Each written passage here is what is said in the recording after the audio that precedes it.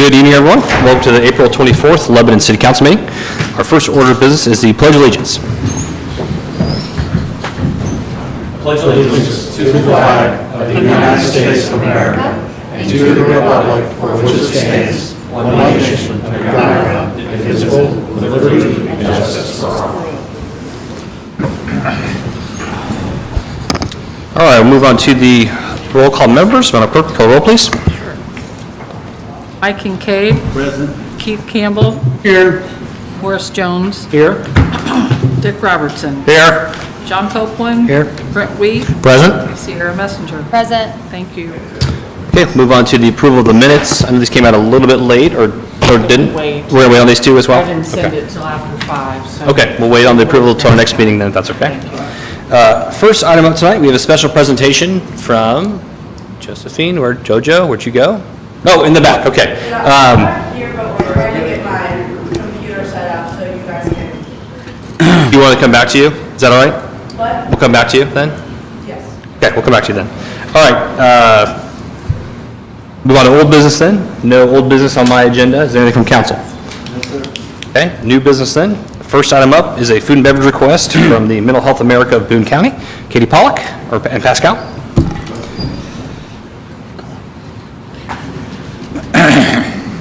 Ladies and gentlemen, as always, an honor, and I'm privileged to be in front of you here. Contrary to my character, we'll make it short and sweet.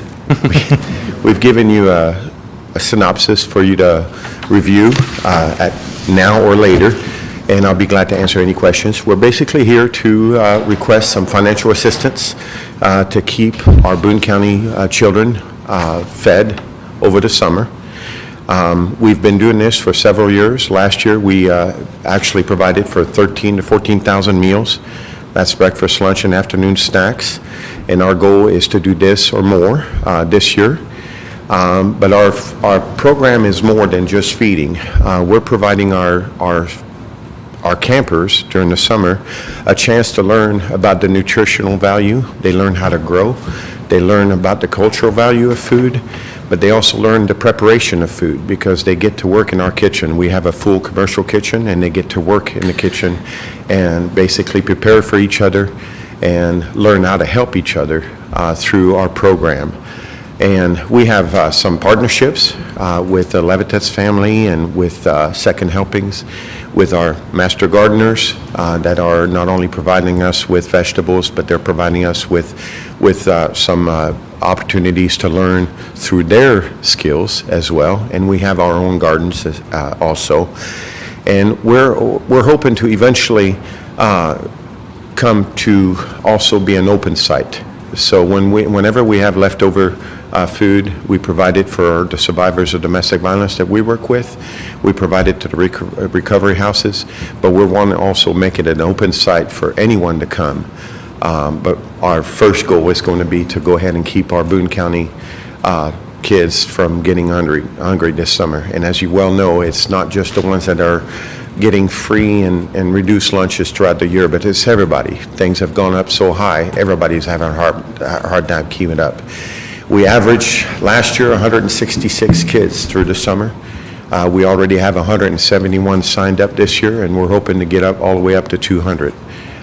So any assistance that we can get will be greatly valued and greatly appreciated and well used.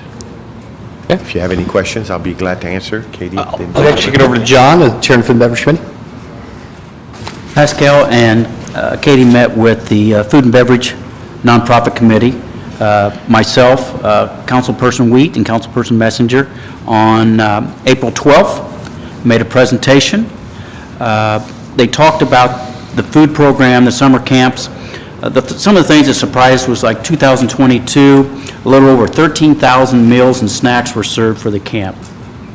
And that was just an astounding number for me to believe that those many kids were fed that amount. That was just amazing. The funding request that they made was for providing breakfast items, lunch, afternoon snacks, nutritional items such as that. Majority of the students, campers, are from Lebanon. The age group goes from pre-K to 6th grade. They opened it up this year to the 8th graders. approximate, age-appropriate groups for each function that they do. The program itself goes from May 25th, 2023 to August 3rd, 2023. Starts at 6:30 a.m. to 6 p.m. I don't know if I could be around that many kids at that age group that long myself, but bless you for being able to do that. They talked about the costs and things like that, and it's their group itself, this is the second time they've applied for money from the Lebanon City Council, from the Food and Beverage Committee in 6 years. So with that, our committee is making a recommendation, and I will make a motion for the full $1,500 for their organization. So we have a motion, but I want to see if there's any questions first. Are there any questions for Pascal or Katie before I entertain a second on that motion? Okay, then I would entertain a second on that motion. I will make a second, and I would like to add a comment. Pascal and I have worked together longer than either one of us would like to admit, back to my days when I was a police officer, but I'm a huge advocate of Mental Health America.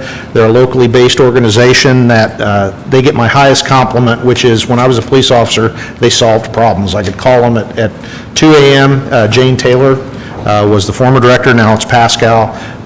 They do a fantastic job in all of their programs. So kudos, and I will gladly second the $1,500 motion. Motion and a second for discussion. All in favor, say aye.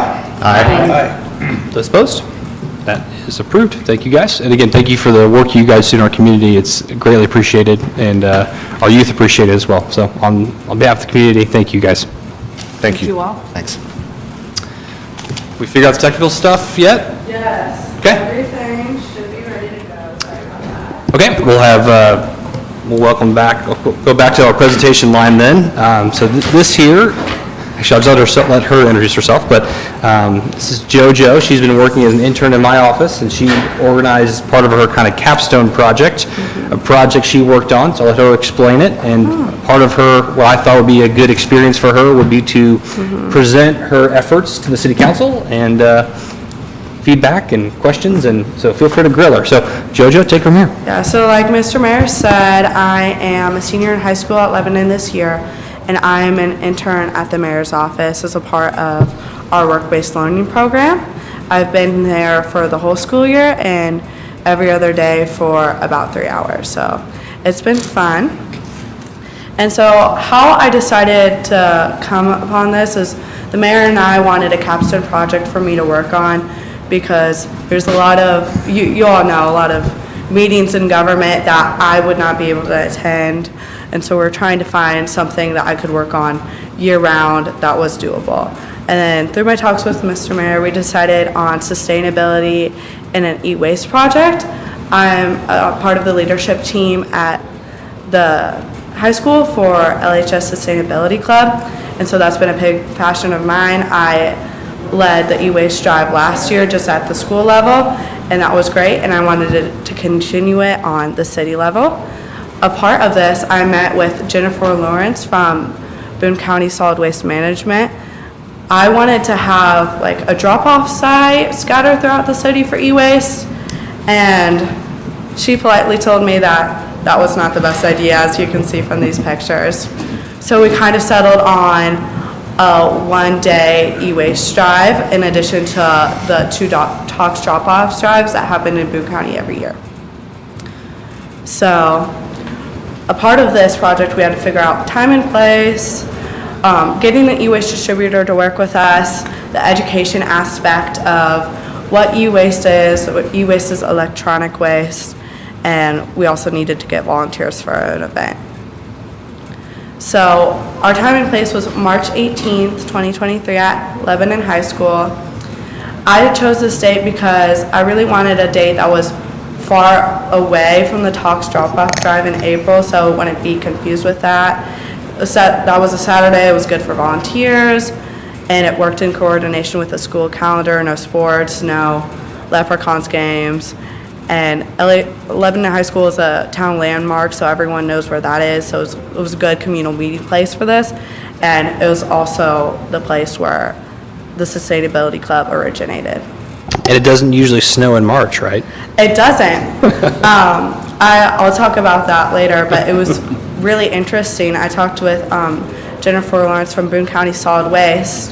That day was awful, but she actually told me that the best part about the worst weather is that it brings more people in, because if it's all nice and happy outside, people don't want to throw away their old 20-pound TV. So it was actually worked in our favor, but not exactly in the volunteers' favor. It was quite cold. And then part of marketing, I created this whole flyer about what it was, when it was, the whole e-waste thing. And a couple statistics I'd like to draw your attention to is that every year, 85% of all e-waste ends up in landfills or incinerators. And the harmful thing about that is if it ends up in landfills, that all the lead and mercury and all of the gross nasty stuff that you can find in your e-waste will seep into the soil and seep into the water, creating catastrophic effects. Another interesting thing that I added on to this pamphlet is where else they could recycle, just in case they couldn't make it to the event. And also we hosted downtown Lebanon prize pack drawing for the person who just got randomly selected for participating. And then in addition to the marketing, I wrote a press release, and this, in conjunction with the flyer that I just showed you, got released on the city social media, Lebanon Community School Corporation social media, the Lebanon Reporter, Waste Watch, which is the newsletter of Boone County Solid Waste Management, and Radio Mom. So I got to learn about how to communicate with others professionally and how to get the word out there for various events. I've been planning this since, October, don't you think, Mr. Mayor? Yeah.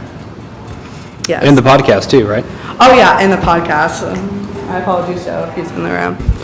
And then we tried to find an e-waste distributor. So these are the people who will come to the site, take the e-waste from the people's cars or trucks, and then load it up into their big vehicles and move it back to, in this case, Plainfield, Indiana for ERI. And ERI is the one that we went to with. And then another big part of this that Jennifer Lawrence from Boone County Solid Waste stressed was the education part about this. So again, the 85% of e-waste gets thrown out in landfills every year, and that went out in conjunction with all of the other sites and ways I just previously mentioned. Same with this, just a little another thing, telling people what e-waste is and when we're collecting it and what we're collecting. Oh, my apologies. This is actually a video I made. Oh, I'm sorry. That was me going around to the other high schoolers, and it was just showing the spotlight on what e-waste was, seeing if my classmates, my peers knew what e-waste was, and we got some pretty funny answers, but I will not show that to you. And then as far as volunteers, all of them were sourced from the Lebanon High School Sustainability Club. There was 8 of us who volunteered, and even though it was just a small batch of kids, it was perfect for the event and what we needed. Again, you can see with the snow, very cold. And then on with the statistics of this event. So every item of e-waste costs money to recycle, which is really interesting for me. I didn't know that before I started, but that's an additional reason why we only have 2 tox drop-offs every year. So a couple of the standard cost of the operation was the on-site labor, the supplies, and the freight flat rate for pallets. And then going off of the tox drop-off costs for last year in the e-waste section, that projected amount was $5,000, but the discrepancy between that amount of money and what I'm going to show you for our event. It's just we went with a different e-waste distributor. We went with ERI. And this is kind of the cost breakdown of the proposal that they gave us. So if you recycle a laptop, that will be 69 cents per laptop. So that's just explaining that. And as far as participation, it was really successful for the first ever e-waste drive we've had in the county. We had 130 cars participated, and we received 234 VDD monitors, 1,753 VDD TVs, 3,618 VDD TVs and monitors, and 4,563 miscellaneous electronic waste items. So all of that totaled in 11,605 pounds, which is around 5.8 tons. So that was pretty impressive for our first year event. I was trying to find statistics of other events like this, but as far as Central Indiana, this is pretty much the first of its kind. And we actually got some donations to Sustainability Club. I didn't leave out a jar or anything, but out of the kindness of our residents' heart, they were like, oh, we'll just give you more, because we collected a TV fee to try to offset the cost. And bringing back to the cost, there was $8,876.46 for, that was just the cost to recycle all of the items that we collected. And then it was $4,360 for the on-site labor, the freight flat rate for pallets, and the supplies. So that's a total of $13,236.46. And then we collected $1,030 from the fee we applied for TVs. And then to recap that, the total cost was $12,206. And yeah, that's basically it. It was a really successful event. I'm so thankful for the mayor and the city for you allowing me to do this my senior year, and I hope we can continue it in the future. Okay. All right, guys, now it's time to give her a taste of working in government. Give her your best grill her questions. Give her a hard time Yeah, I here. have one for you. That Yes. $12,000, that what you had to pay to have the stuff shipped away? So the cost was a combination of their flat rate for on-site labor and supplies and pallets. So that was like $4,000 of it, and then the rest of it was just the cost of recycling each item, like I showed you in the proposal. Who's paying for that? The city. Yeah, so we actually are paying that out of the, they said the planning department's generosity. They're actually covering that out of their permit fee collection line that they have. So they, that kind of goes towards kind of their community pickup days, and they felt like it was in line with that. So they're graciously covering that cost for the project. Okay. Well, I think you've done a really great job and very well organized. Oh, yeah, thank you so Yeah, much. yeah, and I like it when you call him Mr. Mayor. Oh, yeah, I think it's kind of caught on in the office. Don't you think? No? I think I'm going to start doing it. Well, I've got a question, and I'm sure other people do too. I didn't realize e-waste, I thought it paid for itself, and it does not apparently. I know. It was kind of a big, realization for me, because one of my big passions with e-waste and sustainability is accessibility. I wanted to make sure that everyone, or mostly everyone, could participate and just get rid of their old stuff that they didn't need anymore. Of course, that helps our planet, and it helps lift a burden off of the people of Lebanon. So that's why the typical Talks drop-off fee for donating a TV is $20, but I lowered that to $10 for accessibility. But yeah, e-waste is like any other business, it's an economy. So do you remember the box top cardboard things? That was really big when it was lucrative for ERI and other distributors to recycle cardboard. It's really interesting, and there's a lot of different facets of that business that I didn't know about until I started this project. It's similar to what we see in recycling too, right? You used to be able to, sell the old cans and things Right. like that for money, but, nowadays, it's not as profitable as it once was, so, yeah, kind of the challenge of the market, so.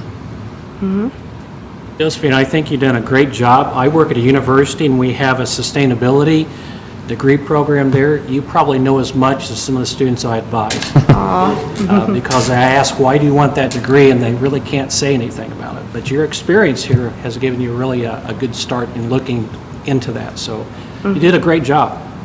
Thank you so much. Come on, you guys gotta give her a hard one, right? Come on, like, you guys throw at me sometimes. No, she was very thorough. She did a great job. Okay. Well, thank you, JoJo. I think you've done a great job. Appreciate it. And Thank your you so passion, much. you've done a great job with this, so. Thank you. Thank you.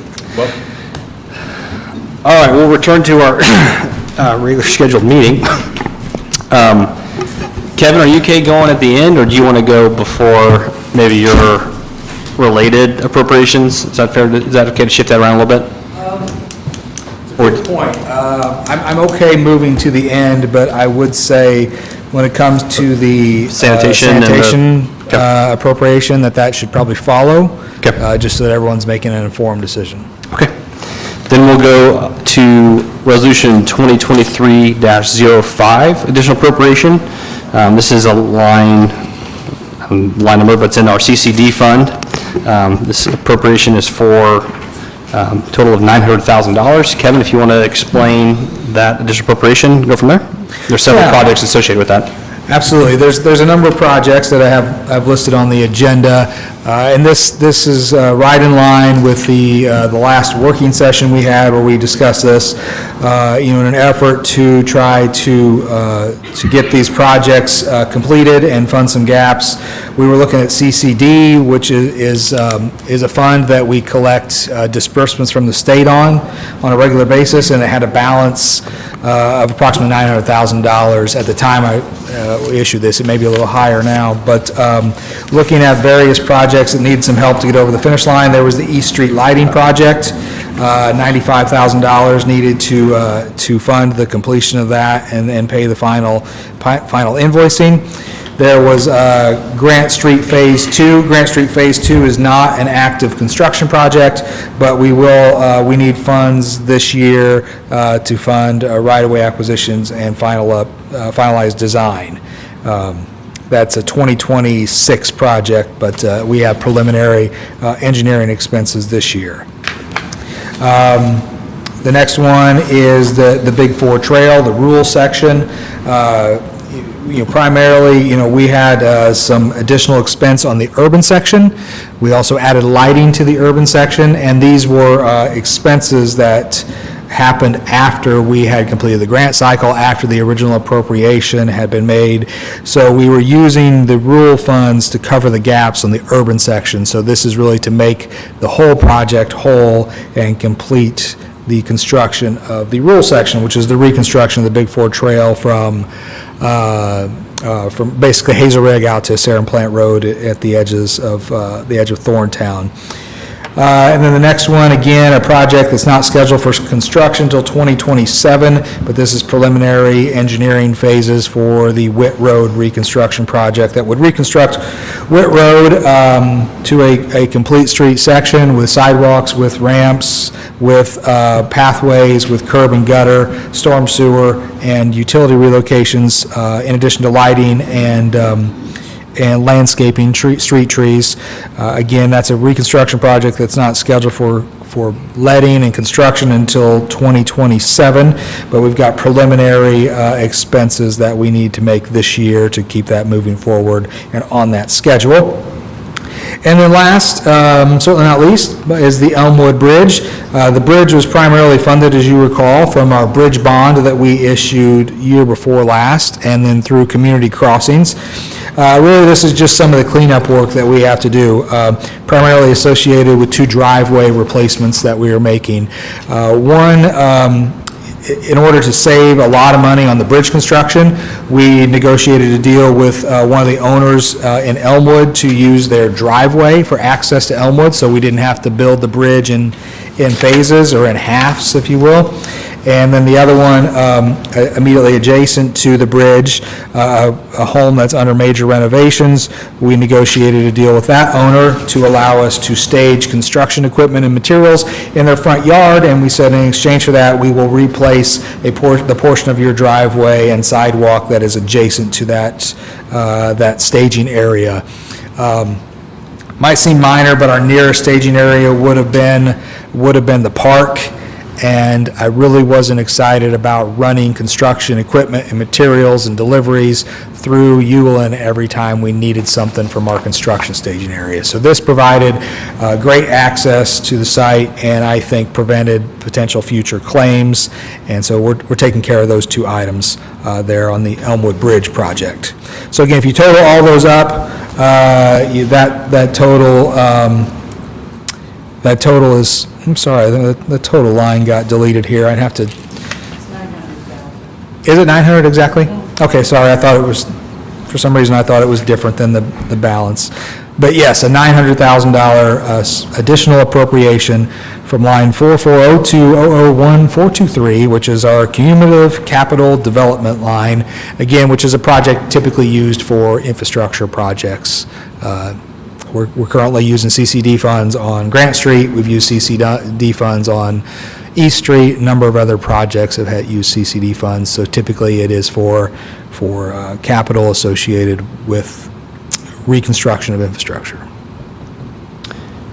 So just I'll touch on the big one there, obviously, is the Big Four Trail Rural section. Again, it's getting talked about, we made a decision that, we're doing the lights on Northeast Street, and we felt it appropriate. When we first, I actually don't think the state would have matched our program, our lighting program for the trail as part of the initial program. But again, we are doing those on Northeast Street, so we felt it appropriate to mirror that for the south side of the community. We wanted to make sure that, I think Northeast Street is kind of serving as kind of a model what an urban trail section looks like in Lebanon. And so we wanted to make sure that was mirrored on the south side of town. Again, we were only able to do the streetlights along with the construction project, so there wasn't part of a larger construction project on lights on both sides of the street with those state funds. But that's why that project, and also there were some additional costs, I think, came in with the bids too from. Yeah, if you might remember, I think the project bid about $200,000 over the original estimate. Correct, yeah. So that's also part of that number as well too, if that makes sense to council. So again, these both felt like they were all worthwhile projects for us to invest in, and again, parts of our our efforts to making these investments in our community, and that's why we were looking at the CCD fund to fund those things. So then Resolution 2306 is another $200,000 for trails for the rural section, is that correct? That is correct. Where we're at on that, sorry, let me get back to that agenda. So that $200,000 is really just to fund a contingency line for the unknown, unforeseen circumstances that may come up. I will say, as of just a few hours ago, though, some early coordination with the contractor, we found some cost-saving opportunities in our construction process, and we've actually saved, I want to say it's roughly $145,000 already, and we're just started construction today. So again, I think we're even further from needing to have to touch that $200,000, but it was just to provide us a cushion in case we needed it. But we're hoping to not spend that $200,000 if we don't need it. And like I said, now we're even further away from needing to with a $145,000 savings. So then that would go back to the general fund if it wasn't used? Absolutely. It just reverts back. It would stay in food and beverage, actually. It would stay in food and beverage. Oh. I'm sorry, yeah, it doesn't, not the general fund, but whatever fund it was it was appropriated from, if it's not spent, it just reverts back to that. Yeah, the money remaining in that one is, there's enough money to fund the project, but there was no cushion, right, if we ran into unforeseen issues, right? Yeah. So that's kind of why, that's kind of It'll stay in a the safety, right? We normally keep a 10% contingency on We projects normally like do. this. Yeah, So and this that's- is about a $2.4 million project, so we were just trying to provide that little bit of a buffer. The 547 makes us whole on the contract with our current funds, our current grant funds. We've also allocated some of our active living money for 2023 to that project, about $50,000. So we're throwing a lot at this just to make all the ends meet, but we'd feel better if we had that cushion just in case, because But there's a good chance we will not actually appropriate that money from food and beverage. and that would be something as we go through the project that we would be making, my biweekly reports could summarize where we're at in the contract and if we feel like we're getting close to or needing to tap into that contingency at all. Additional questions for Kevin? Did we not have any contingencies left when we did the Elmwood Bridge? And did we not budget for the driveway and sidewalk repair and the total cost of the project? We did not. We did not budget for those, the sidewalk repairs we did. These are just those driveway replacements. And again, it was really something that it was after the project got started that we thought there were ways to save money or provide assurances that we weren't going to damage other properties. So that's why we took those actions the way So if we did. save the money there, shouldn't we have that in the contingency line and the line from the project itself? the extra Well, money? we really didn't build, if you remember when we did the bridge bond, we really didn't build contingencies in that. It was a blanket, I think roughly $1 million. It was probably just slightly less than that based on the proceeds from that bond. And the plan was to build 2 bridges with $1 million, and we got pretty close. And then we were dependent on getting grants for those. I will say one area where we went over is that we underestimated, the bids for the Elmwood Bridge actually came in under our estimates, but the bonds, or the bids for the Whit Road project came in quite a bit above ours. So the grants, though, we had to submit them based on those estimates before we actually open bids. It's just the way the grant cycle works. So the grant on Whit Road doesn't pay for half of the project. It only pays for around 40%.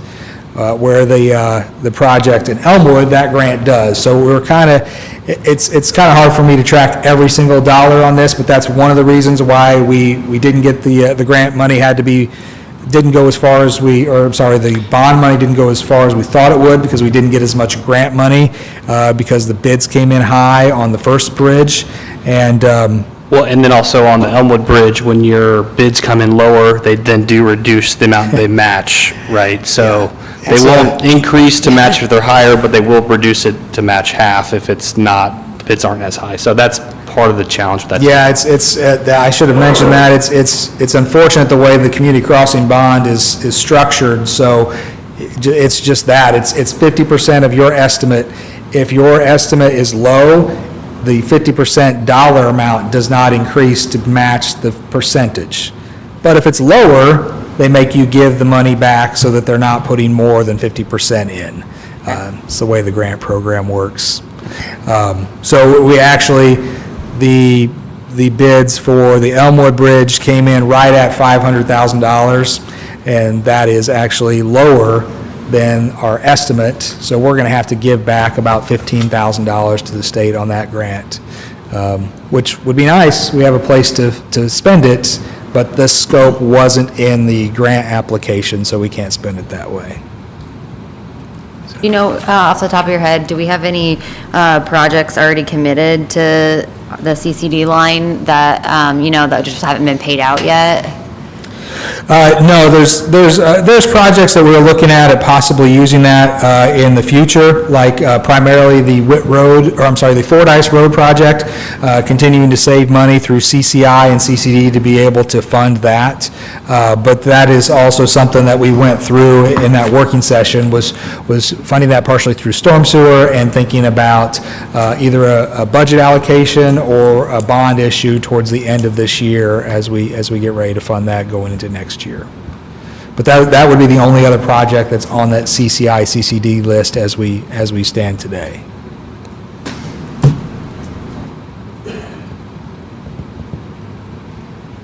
So questions, comments, concerns? Rob, there is a public hearing on this, so Rob will have you read the resolution, and then I'll open the public hearing. Thank you, Mayor, Council. Whereas it's the duty and responsibility of this council to maintain fiscal integrity of the finances of the city, and at times it becomes necessary to appropriate additional funds within the approved budget as contemplated and authorized under Indiana Code. Whereas it has been determined it is now necessary to appropriate more money than was originally appropriated in the annual budget. All appropriations require a public hearing. Now therefore be it resolved, Resolution 2023-05 is to appropriate funds for CCD, East Street Lighting, Grant Street Phase 2, Big Four Trail Rural, Witt Road, and Elmwood Bridge. The following additional sums of money are hereby appropriated out of Fund 4402, the CCD fund, in the amount of $900,000. Resolution has been read. If there's any public comment, please step forward. State your name for the record.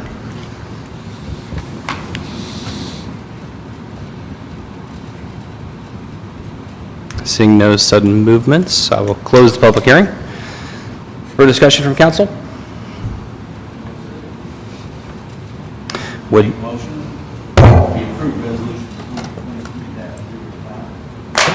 have a motion to approve? Is there a second? Second. Second from Dick. All in favor, say aye. Aye. Those opposed? That resolution is approved unanimously. Thank you, council.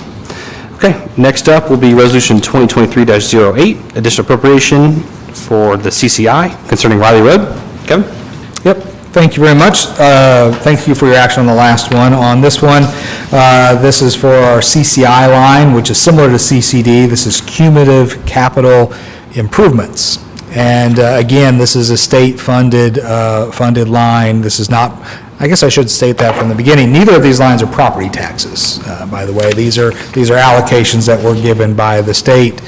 It is a convoluted and complex system that involves everything from road mileage to cigarette taxes to lots of different things. So anyway, not to digress from where the money comes from, but I guess I should assure you and assure the public at home that CCI and CCD are not local property tax dollars. CCI, again, cumulative capital improvements, looking at an $80,000 allocation from CCI to fund the Riley Road widening project. So this was a project back when, drawing a blank now, Riley Ridge, thank you, sorry. Yep. When that neighborhood was proposed, we expected a 5-year build-out on that project, and the goal was that we would, once the neighborhood was complete, we would go back in and widen Riley Road, and sidewalks planned as well as part of Yeah, that? we want to add sidewalks in as well. Yeah, so we have to acquire and then that's, if you remember, that's an old county road essentially, so we don't currently have any right-of-way there. So there's kind of a process we have to go through to acquire the right-of-way to be able to widen it and then add the sidewalks. So, there were a couple of things that intervened. One, that neighborhood built out faster than we expected. I think about 2 years instead of about... Yeah, they told us 5 years, and it was less than 2. I think it was 14 or 16 months. I'd have to check my notes on that. But. And then also there was a pandemic that intervened as well too, so that kind of threw a wrench in all of our plans. So we are moving forward on the right-of-way. We're actually, you mentioned Board of Works, that we're getting close to moving from right-of-way appraisals to actual purchases. We had preliminary appraisals done, and we're having secondary appraisals performed as we speak that should be wrapped up by mid-May. And we've already got preliminary designs in place. The right-of-way engineering is done. So as soon as the appraisals are wrapped up, then we'll be out putting that in the hands of the city's buying consultants to buy right-of-way.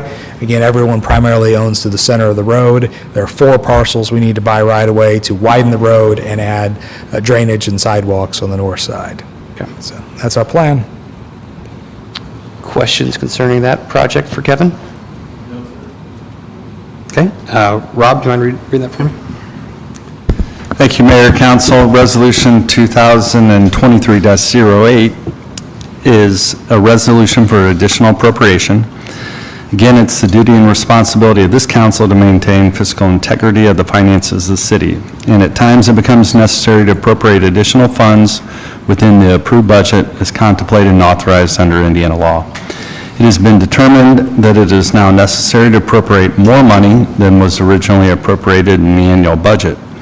All additional appropriations require a public hearing. Now therefore be it resolved, Resolution 2023-08 is to appropriate funds for CCI Riley Road.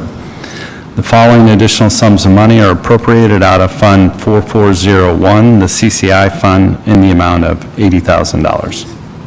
Thank you, Rob. This time I'll open the public hearing on Resolution 2023-08. If you need public comment, please step forward, state your name for the record.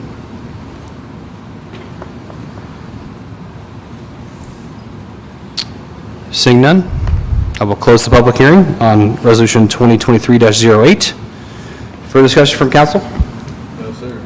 Okay. Would entertain a motion then concerning Resolution 2023-08. Make a motion, we approve Resolution 2023-08. We have a motion to approve. Is there a second? Second. Second from Morris. All in favor, say aye. Aye. Those opposed? That is approved. Thank you, council. Thank you, Kevin.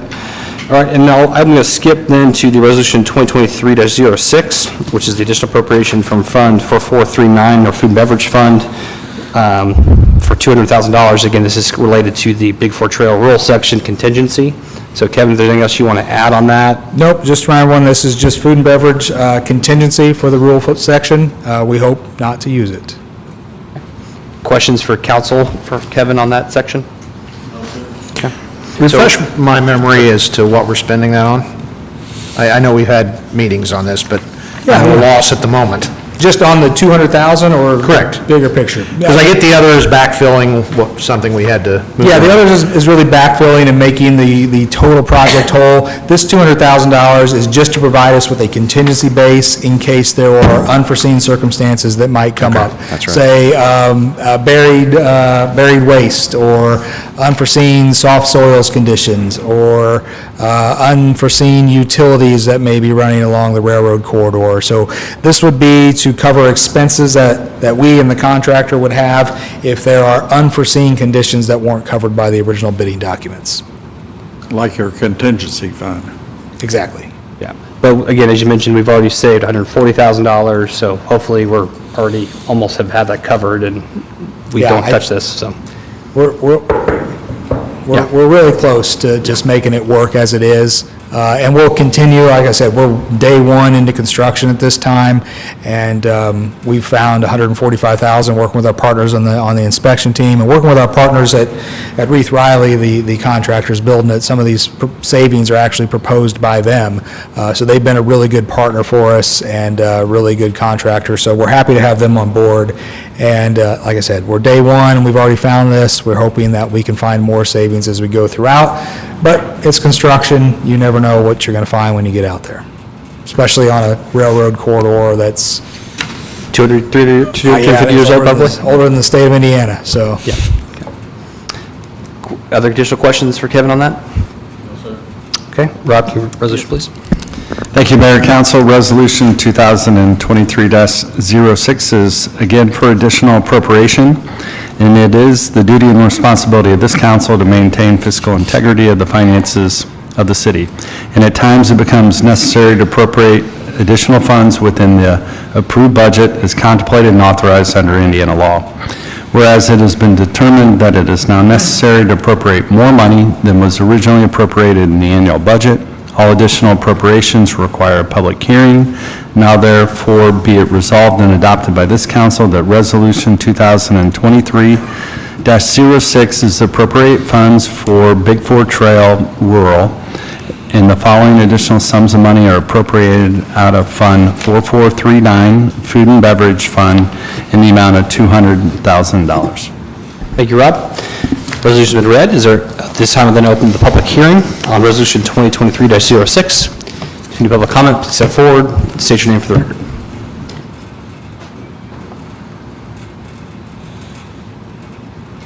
Okay. Seeing no sudden movements, we'll close the public hearing on Resolution 2023-06. Additional comments from council? Is there a motion from council?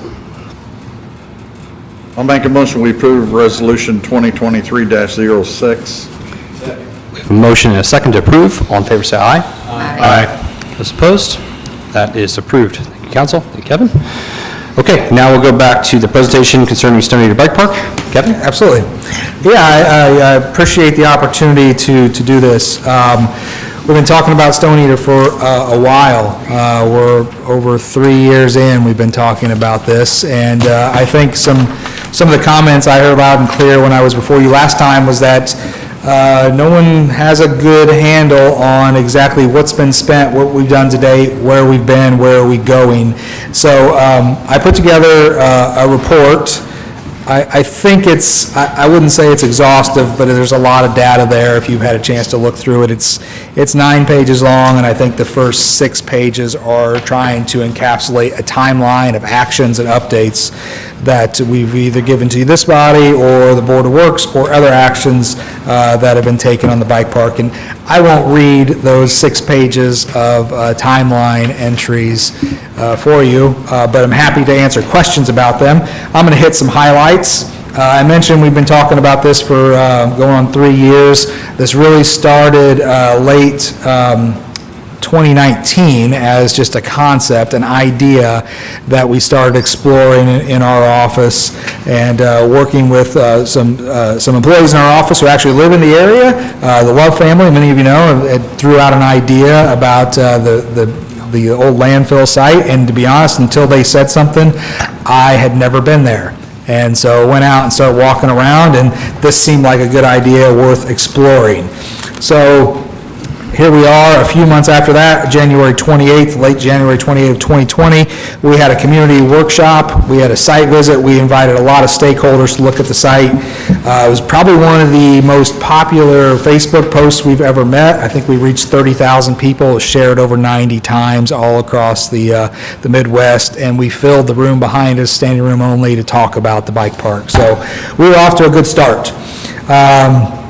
We held a working session with the council shortly after that, and we talked about the budget. At that time, that budget was only $350,000. I know we're a long way from $350,000, so you might say, how do we get from $350,000 to a Phase 1 project that is $2 million?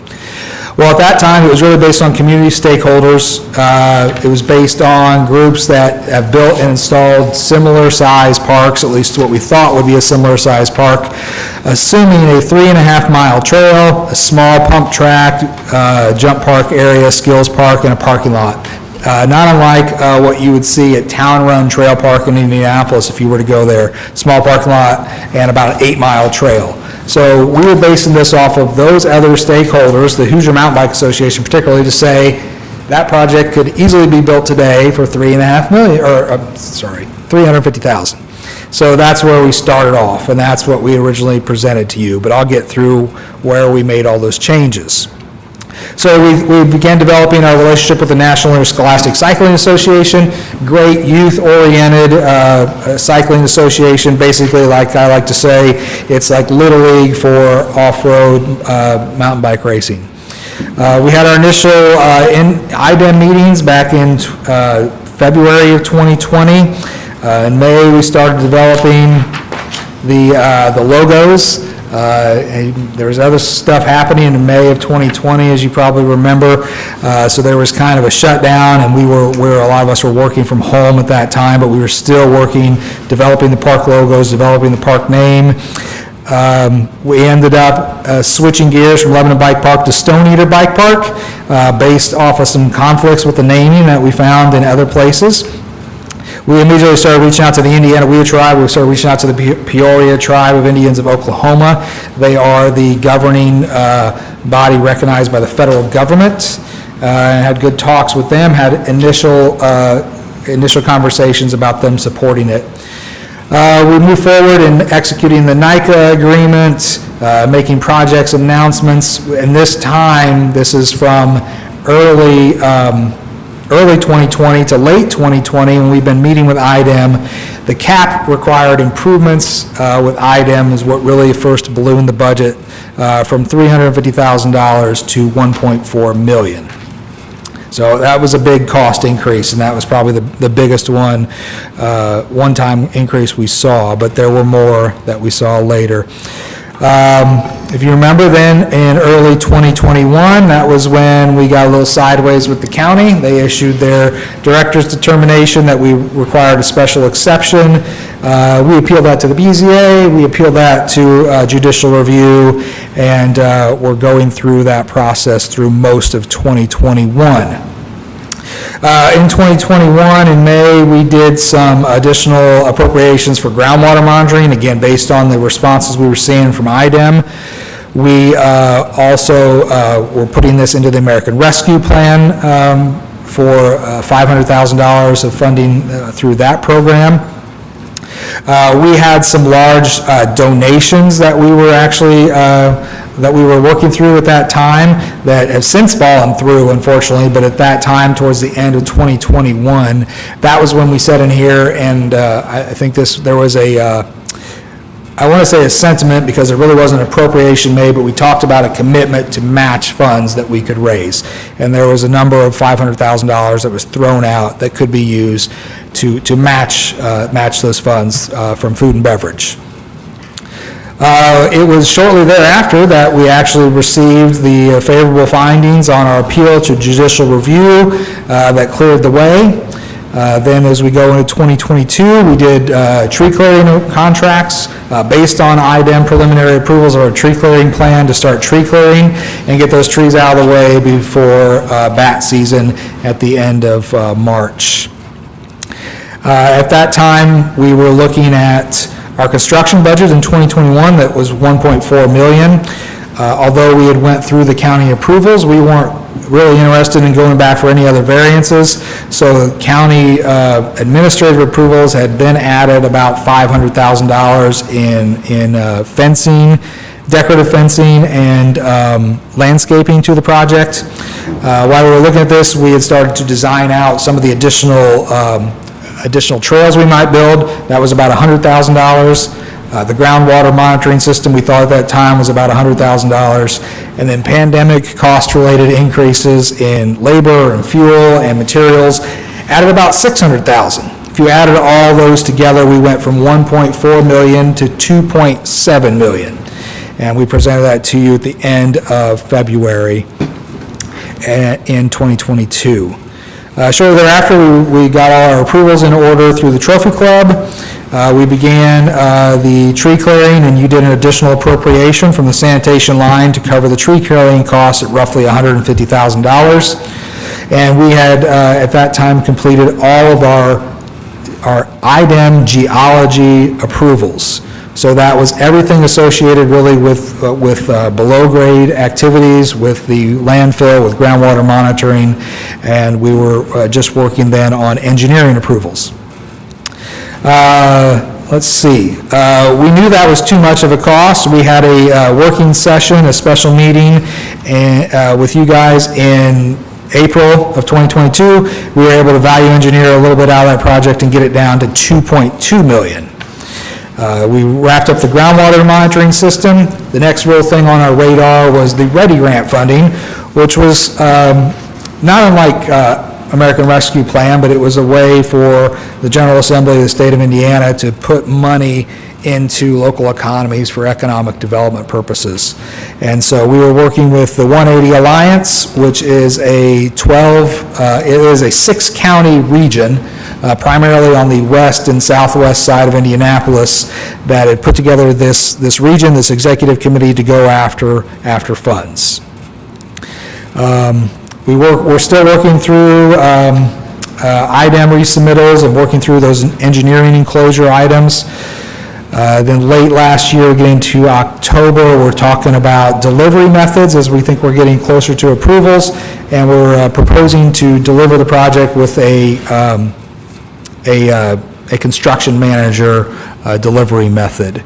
And at that time, we engaged R.L. Turner out of Zionsville, who has a lot of this construction management experience, and has also built a number of parks in Zionsville and Fishers that have mountain bike trails associated with them. And we asked them to look at our project and give us a gut check on the numbers.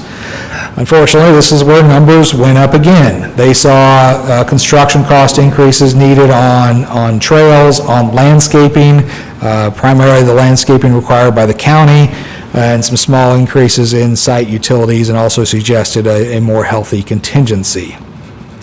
It was late last year that we got our Peoria Tribe approval, our formal support resolution from the nation that gave us the ability to name the park Stone Eater Bike Park. And again, we began working through this body early in the year 2023, on what our construction budget and what our Phase 1 project would be. When you looked at the numbers that R.L. Turner had given us, they took our 2.7 number and it bumped it up to about $3,150,000. We knew that was going to be too big of a project for us to bite off at this point, but keep that in mind, because that's the all-in, build everything in the master plan price tag. So we knew we had $500,000 from ARP. We thought we had at that point $750,000 from READY. There was $950,000 in the sanitation fund that could only be used to the benefit of the landfill. And we had raised about $30,000 in cash at that time. So we had about $2.2 million. But then that obviously left us about $1 million short in the full project build-out. So then we had began negotiating. We actually been negotiating or talking with New Cold about an earthwork donation, and that earthwork donation was finalized in a commitment letter in January of this year at $2 million, $2,001,066. And we're continuing to work through what we think is our first phase project. It seemed as though the direction we were getting is try to do something with existing funds without any new real appropriations, looking at the grants, looking at the sanitation money that we had available, and we began to break out what we thought Phase 1 would be, and we were targeting a $2 million project. Essentially would cover once the earthwork was delivered to the site, it would cover the cost to place that earthwork. It would cover the cost of our cross-country trail, our primary NICA sanctioned trail, our parking lot construction, a maintenance building facility, about $500,000 in landscaping and seeding, not the full $800,000 that the county was requesting, but a good chunk of that, and leave us also with a contingency a little shy of $100,000. So that brought us to exactly a $2 million project that we thought was a reachable goal from a funding standpoint. At this last meeting, then, you guys and the Board of Works acted upon resolutions for the contracts for earthwork, and then we're still back to a funding picture then that is ARP at $500,000, READY at $750,000, a financial commitment to match the READY money at $750,000, down from the $950,000 that is in the sanitation balance. And then we've also got the $30,000 in fundraising cash, leaving about $2,030,000. What is what is not in the project is probably something that I get asked, and that is the active bike skills area, the skills trails, the wood fencing that was a county requirement, some of the landscaping, picnic shelters and picnic areas, and then there's some additional site and maintenance related improvements that are relatively minor. The next page in the report I sent you, I have replaced, and in fact, I don't know if everyone got a copy, because I laid some of these out before the Board of Works meeting, but there's an updated page 6, and this was emailed to you earlier today. So what I also was trying to do with this page, and more particularly with the page that I've presented to you, or that I'm going to present to you and hand it to you, is everything from what we've spent to date, the donations we've received to date, the financial commitments we've made, looking at what the Phase 1 project is, looking at the funding strategy for that Phase 1 project, and trying to encapsulate all those items of where we've been and where we're going. In fact, if I can share the screen there, I'll get into some of this details. So, pre-construction expenses to date. That was a question I think I heard pretty loud and clear last time I was before you. what we've spent to date, and this includes the contracts with Hill Ride, our bike park design firm. This includes the contracts for environmental consulting, IDEM approvals, groundwater monitoring coordination with ATC. Not $100,000, but $82,000 what we actually spent there. I wanted to go ahead, people ask about what the legal fees were. I don't have an exact number, but we were in the ballpark of $70,000 associated with the city versus county action. And then the tree clearing that I mentioned earlier, the final cost on that was $157,500. There was a little bit of additional cost there associated with some unforeseen conditions, as we've been talking about earlier. So to date, we've spent roughly $360,000 developing the bike park. Hey, Kevin, just to clarify on that real quick, though, specifically for, because I think there's, we talked about this last meeting, right? There's two issues here, right? One, there's the closure of the landfill, make sure it's Yes. capped, safely resolved forever. Yes. And then there's the construction of the bike park itself. Fair to say that the tree clearing and the environmental groundwatering, or environmental consulting for groundwater monitoring, that those are, we would have to do those for the landfill regardless of the bike park. Is that correct? Absolutely, yeah. So what we would really have to do would be, as you mentioned it, there's those things in the engineering enclosure, which is things like perfecting the cap drainage. We already had an adequate thickness on our cap, but we had water standing all over our cap. We can't have that. We already had trees growing all over the cap. We could not have that because that presents a potential groundwater infiltration source. Primarily, as a tree might die, it could pull up trash as the roots were pulled out of the ground, or as the tree begins to decay, sometimes they can let water get into the groundwater system as well. So that's why trees aren't allowed to be on there. So yes, So really, we spent $51,280 on the designing of the bike park. And if the county had followed their own rules, as the court agreed, we wouldn't have had that cost, the $70,000 cost either. Right, so really just specifically for just the bike park is the $51,000. Is that fair to say? yes, correct, yeah. The $51,000 did not include anything associated with the environmental permitting. So really, you're talking about ATC, you're talking about legal fees that shouldn't have had to have been there, and then you've got the tree clearing. So the tree clearing and the groundwater monitoring systems, a good portion of the ATC costs, those would have needed to be done regardless of whether we build a park or not. The other thing that would really need to be done is moving the earthwork. So yes, I just wanted to from that clarify, really standpoint, drill down on what actually has been directly only for the bike park. It's really just the $51,000 on the design.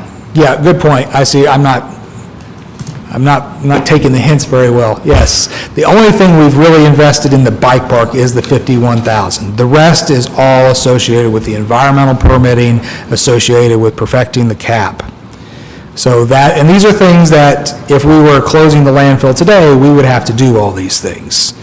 So we closed the landfill before some of these regulations were in place, but these are also things that I think are responsible housekeeping items that we need to have done, because the cap is not secure with trees. The cap is not secure with water standing on it. The cap is not really secure without a groundwater monitoring system to make sure nothing is going wrong.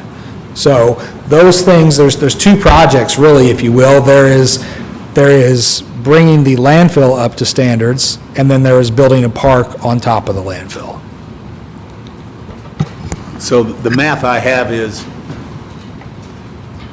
300,000 plus the earthwork movement of 518, that's $818,000. We would have spent that anyway to close that landfill permanently. Yeah, to bring it up to code, yes. Plus, I don't know how the donation of the dirt plays into that, but It's the, Well, see, the $500,000 is just handling the dirt once it Correct. gets there. Yeah. So if you were to have to go out and find your own dirt source, the only cost estimate I could really provide you with is that New Cold is projecting a $2 million cost to haul and stockpile the dirt. So it's really $2 million plus $500,000 to place the dirt, plus then $300,000 for groundwater monitoring systems, permitting, and tree clearing. But didn't, when we talked about before, didn't you say that like to perfect the land cap, all the dirt needs to be there, but say if we weren't gonna do anything with the site, but we wanted to close it, then is it correct that the dirt that is there is sufficient the way it's graded now with the trees down and stuff like that? The cap is thick enough, but the problem is the cap is settled, because you just don't build landfills the way we did in the 80s or close it in the 80s. So the trash that was not properly compacted, from 1956 till 1984, has settled. And those are the areas that are holding water. So the cap is thick enough, but the water standing on it is the real problem. That's the issue that needs to be corrected, filling in those low spots so that the water drains off properly. So that dirt would have to be hauled there regardless. It does not matter if we weren't doing anything to the bike park, that dirt has to be filled in. To perfect the cap, yes. To perfect the cap for items approval, just to have that be there. Yeah, to have it secure and be able to reuse the facility at a later date as we would like to. But what I'm asking is, if we weren't gonna do anything with the site, if we just were gonna leave it as it is, would IDEM require us to haul that dirt there, is what I'm saying? It's like, just say we wanted to leave it. But, If we never did any of this, would IDEM be contacting us saying you need to do these things? Right, yeah, that's what I'm saying, is what IDEM be like, well, if we have no plans for the future for that land, would we need to spend that much money to bring in the dirt? No, I don't think they would, because the landfill was properly closed in 1984, or started the process. It got full closure in '87, and it was closed under the laws that were in place at that time,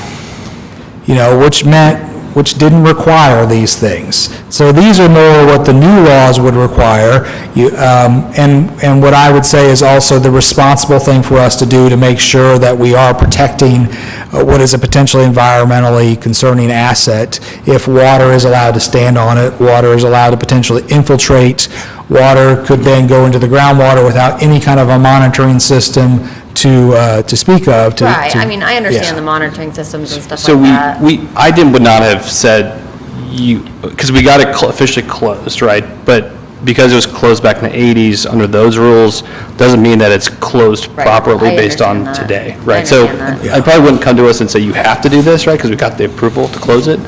But in the best public interest is probably we should have done this. Yeah. Correct. So going along with the top fill, so to cap it properly, to have the right slope and everything,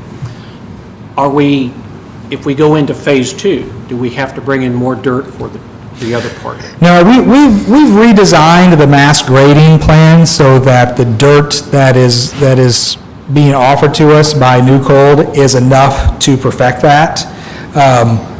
Originally, when we first started talking to New Cold, the number was closer to 140,000 yards. Now it's around 75,000 cubic yards. So it was originally all we needed to perfect the cap, to crown the cap, was that 75,000 yard number.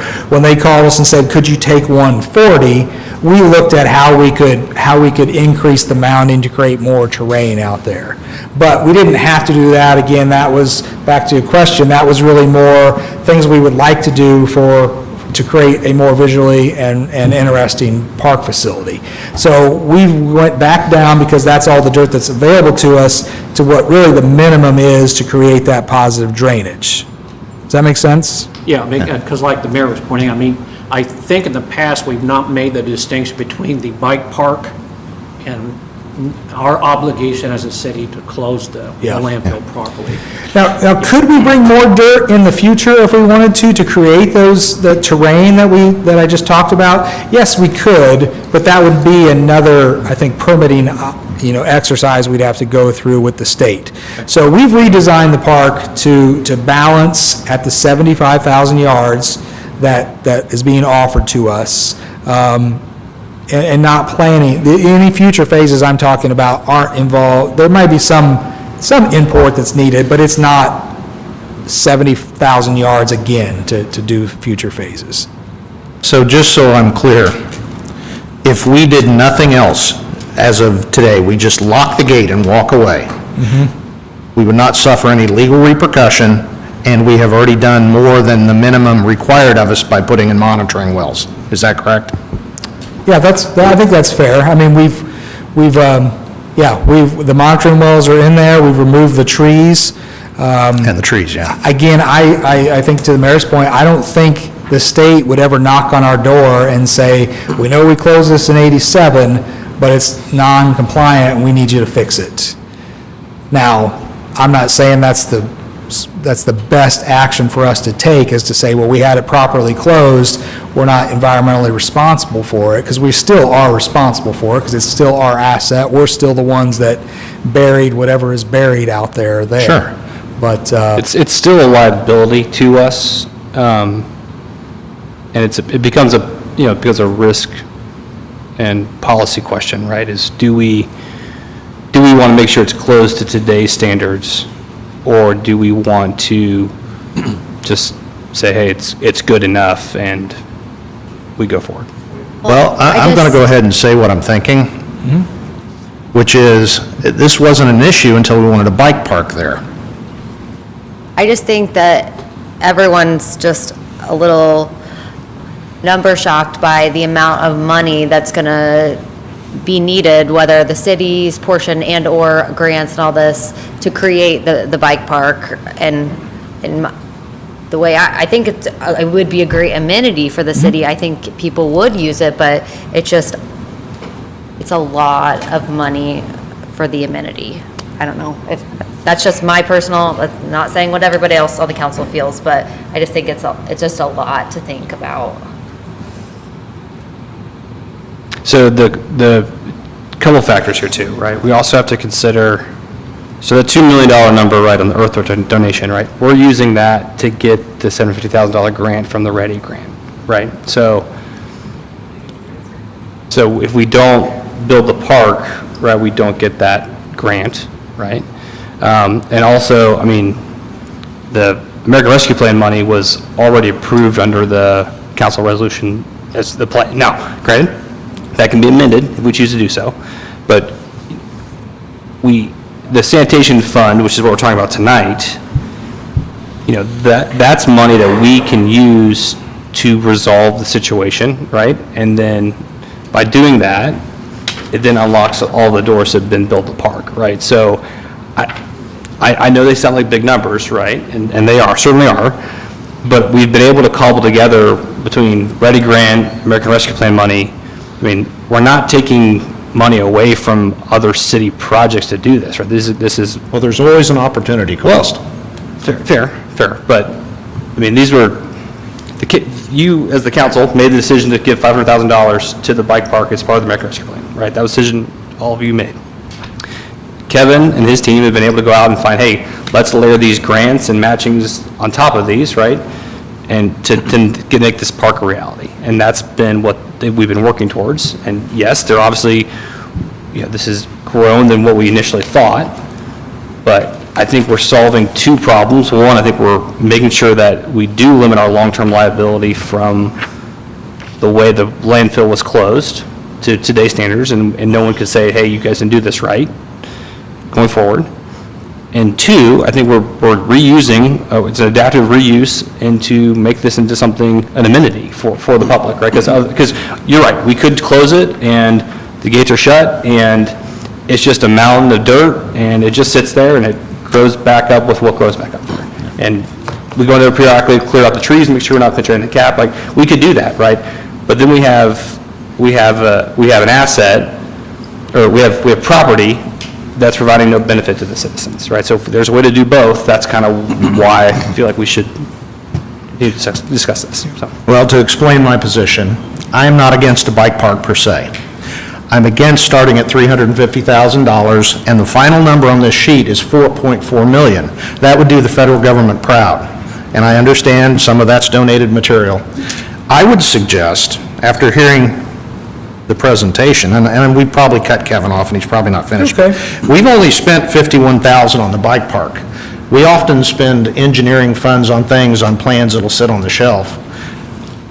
I'm not even against spending what we've already allocated to cap this off, because that is being a responsible steward of the environment.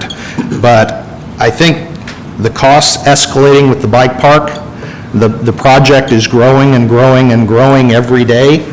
I would suggest to the council that we are not throwing away the $51,000, but I think we should take a hard pause on the bike park and clearly separate out the two projects. If we want to cap the landfill, that's one issue.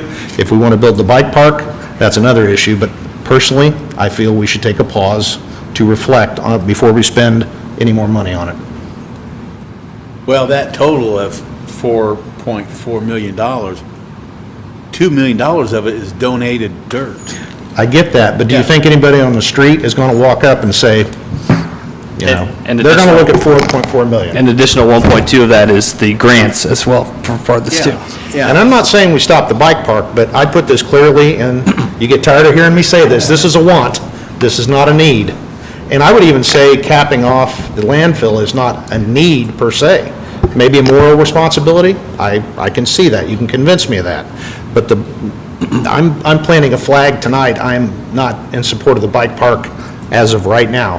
Now, the budget, we think, is going to grow significantly, and when we're to the point we can talk about wants that, you know, we have a surplus for, I'm all for. But I've had concerns about this, and the project continues to grow, and So I will say this, right? So if that's the decision the council wants to make, right, we essentially are going to be losing $750,000 in that READY grant, right? Because we only get that grant if we build the park. So if but it will cost us a lot more. Well, no, it's going to cost us $750 out of sanitation fund, which we're going to spend anyway. The capping is what that's going to be pay for that, right? So if we spend the money to cap it, we unlock that $750,000 grant to actually physically build that park with the American Rescue Plan money. Because really, that's how that works, right? I mean, I understand where you're coming from, I understand your concern, but if we use the sanitation fund, which has to be used on the landfill. Right. To move the dirt to where it needs to be, we've essentially got that match done, right? And then the READY grant comes in and matches that, and then the American Rescue Plan money, that's the 1.2 million, that essentially builds the park, right? So I understand concerns of, you know, phase two or going forward with it, right? But it would be silly, I think, to say, let's cap it, but then stop and not take the $70,000 grant to then put some trails on top of it once it's done. I will agree to a point, Your Honor. But money we didn't receive is not money we necessarily lost. Fair. And that's a big part of this, is potential money and But we're also going donation. to, spend the money though to, you said the moral obligation, right? To make it right. Well, I think And we so need we to might answer as well- that. The we said we- council needs to answer that question Right, first. fair. But if that's what the goal is, to make this moral obligation, make it right, then we might as well match it to a grant we're going to get to then build a park on top of it. And for my part, I'm saying, I don't necessarily have a problem with that, but we need to pause before we start spending money. But there's a window on this READY grant that makes that pause problematic. Well, again, End of money that we 24. didn't receive was not money lost in my book. But Kevin, the 750,000 of the READY grant money is not going to fill the cap, right? Is that going to shape going to go towards shaping the bike park Yeah, I itself? think it's more important that the READY grant money goes for park improvements. Correct. Not the cap improvements. Correct. So that's ARP and sanitation Right. money that would cover those. Yeah. We made a commitment to apply for the READY grant for the park. And with that, we knew that there would be a match of whatever we got. You know, I just believe we need to move forward with that. I would hate for us to give money back to this group who controls the Ready Grant money, because we give it back, we're not going to get any more. They're going to spend it somewhere else. Because there are several communities involved and other counties involved, and if we take and give money back, they're not going to give money back to us. I can tell you that right now. So, But I understand, we got the dirt to cover the thing. This whole thing started, we wouldn't have to do any of this if it wasn't for, decided we wanted to put a bike park there. We wouldn't be spending any money out there. We wouldn't have to do anything. We wouldn't have the water testing because nobody would be looking at it. Well, and that's fair, right? But Nobody again, would be looking at it. Nobody's looked at it for 30 years. Nobody's going to look at it for another 30 years until something major happens. It's just not. Until someone sues us about it. Nobody's going to look at it. They didn't look at it before until we started to do this bike park, and people started calling IDM, to say, hey, come and look at it, got a problem. Nobody's going to look at it, and, I know it's a want, but I kind of look down the road to the future of where Lebanon's going, the number of people that's going. I listened to things on the news this past week talking about, well, what does Lebanon have to keep people here? Not Lebanon, I'm sorry. What does Indiana have to keep young people here, because there's no amenities, no things here for people to go do. And here we're trying to create more things for our people to do in our community, in our county, and other places as well to come here and to enjoy, which then is going to be a feedback, through possible lodging, at least food and beverage.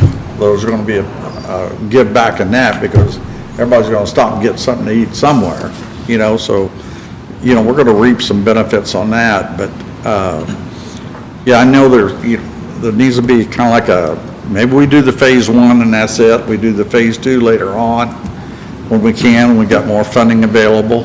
But I think if we got enough funding to do phase 1, I think we need to complete phase 1 and make that happen to get the Ready Grant, take it and do what we could do with what we've got. And then we look at, all right, let's get this done, see where it is, see what happens, then where we go from there.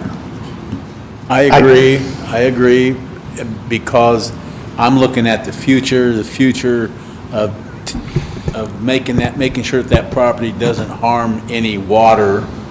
Second, having that park there for those people that are moving here in the next 5 years, 10 years, and being ahead of the game and not wanting to start this thing again, fired up in 2027 or 2030.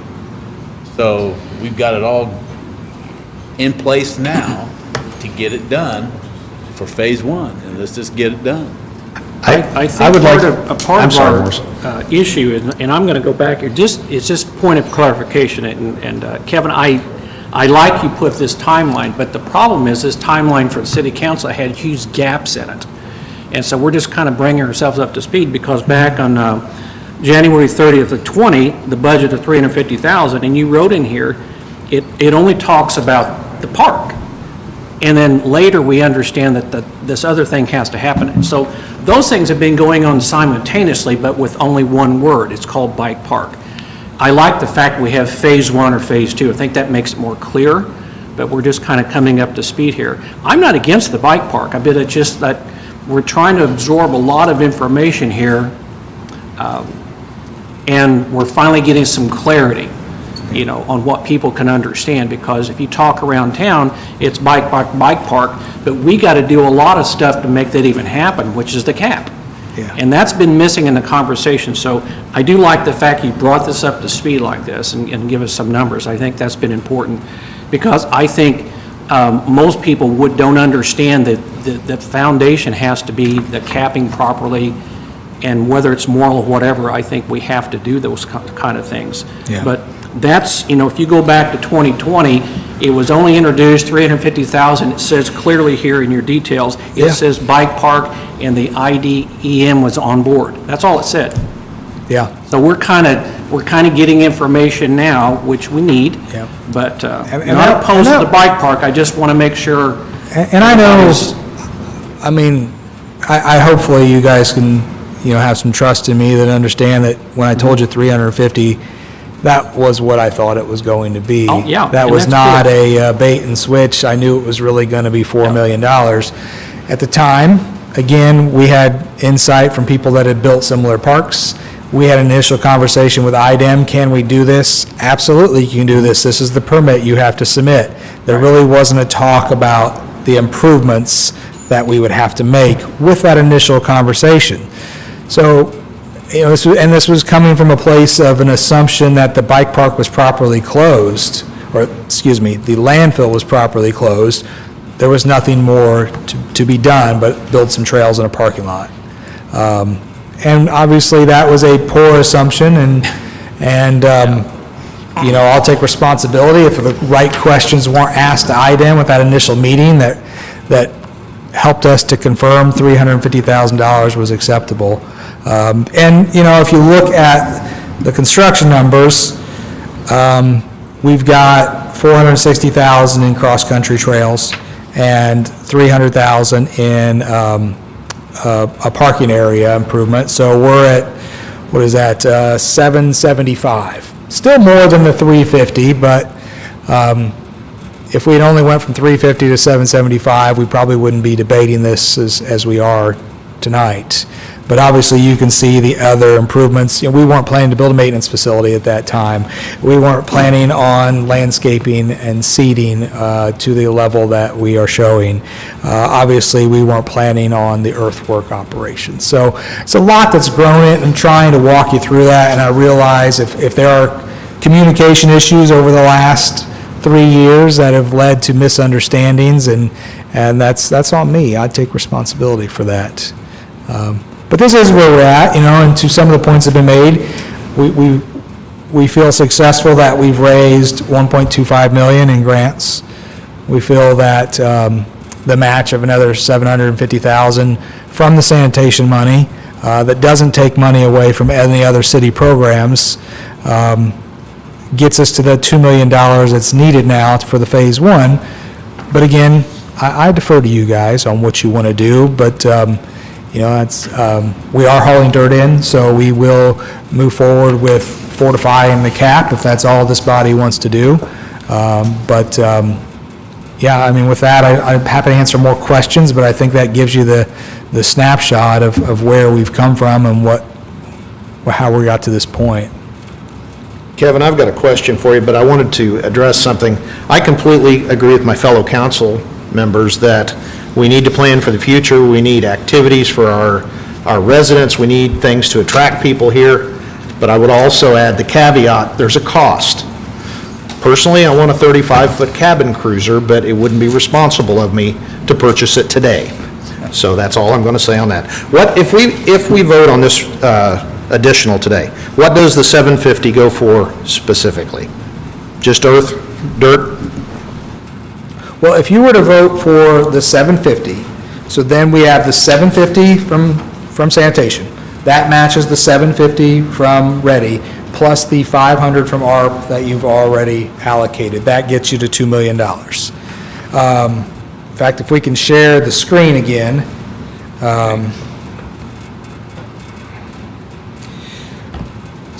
And this, let me hand these out to you so you can see them in a larger format. I did. I guess they didn't. I don't think. We from Board of Works. I didn't get one. We got it from Board of Works. That's fine. Thank you.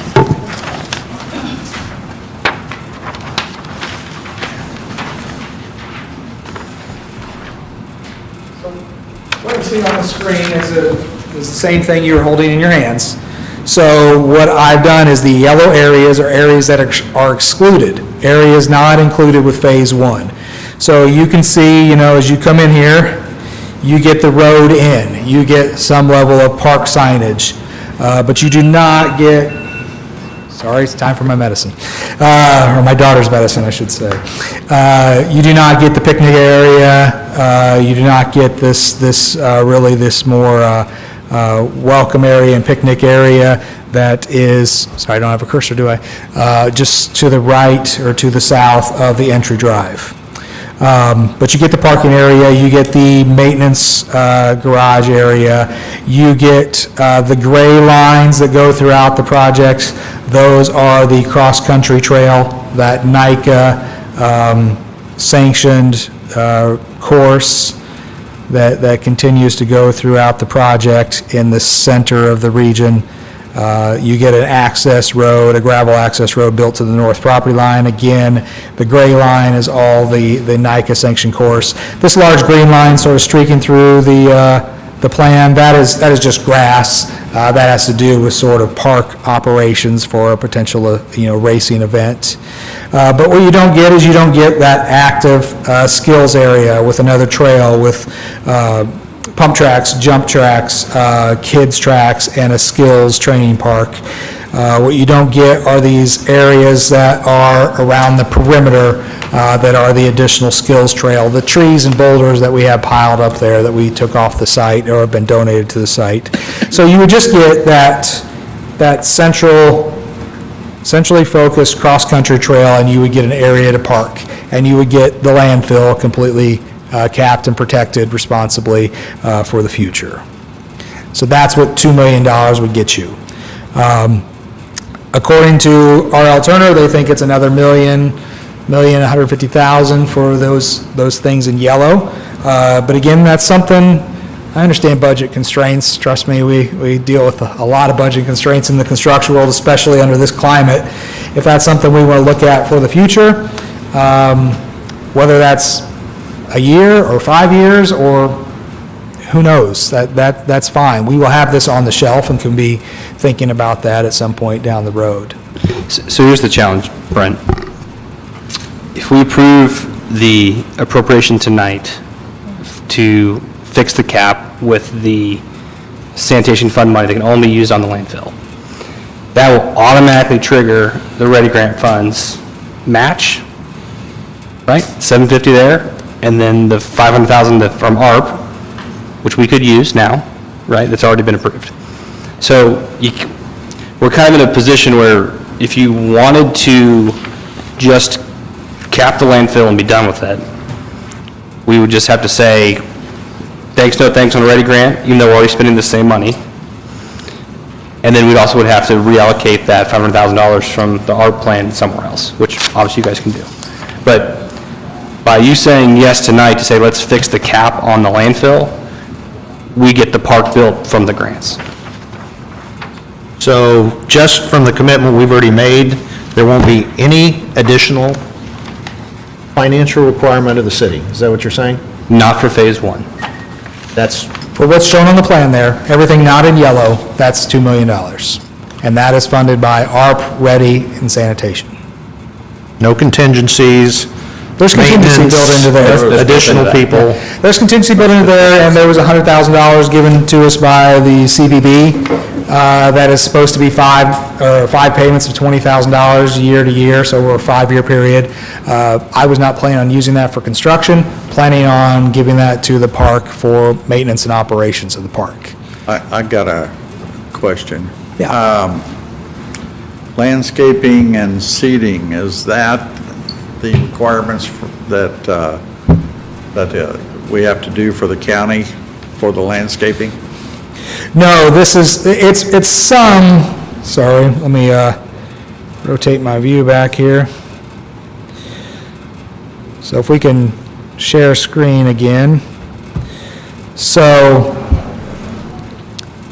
right in here, you see the Phase 1 Stone Eater Bike Park. Yeah, I'm not sure, to be completed, I guess, makes maybe adds more questions, but that's the Phase 1 project total, as you can see at the bottom of that section in the total line. So that is the earthwork movement, so the dirt's being hauled for free. $500,000 is the cost to handle the dirt.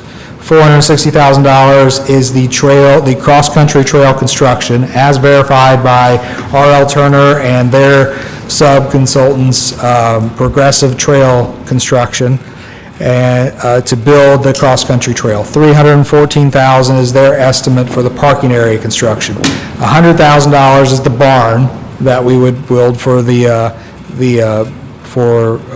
for the Parks Department, for the maintenance crew. And then we have $500,000 that's in there for landscaping and seeding. So there would be some landscaping that we feel we need to do, some entry landscaping, some perimeter parking lot landscaping, but the bulk of that is really reseeding the cap after it's final graded. Putting it all in like a prairie grass seeding. There would be some turf areas as well around the perimeter for overflow parking, things like that, of that nature. But primarily, it's a prairie grass seeding mixture that would be spread over the landfill cap. Kevin, just for the visual part, your new page 6, you're talking 2 million, but we're also looking at 4 points. Can you explain why that's doubled? Yeah, what I wanted to try to tell, I guess what I heard last time is you say 2 million, but it's a lot more than that, isn't it really? And, well, it is. It is a lot more than that if you factor in everything. So if you factor in, so what I've also tried to do there is above, you see earthwork donations of $2 million. So I'm trying to show those and then show how they're subtracted out. So I went over that Phase 1 project listing and that Phase 1 total that gets us to 2 million. Then right below that, you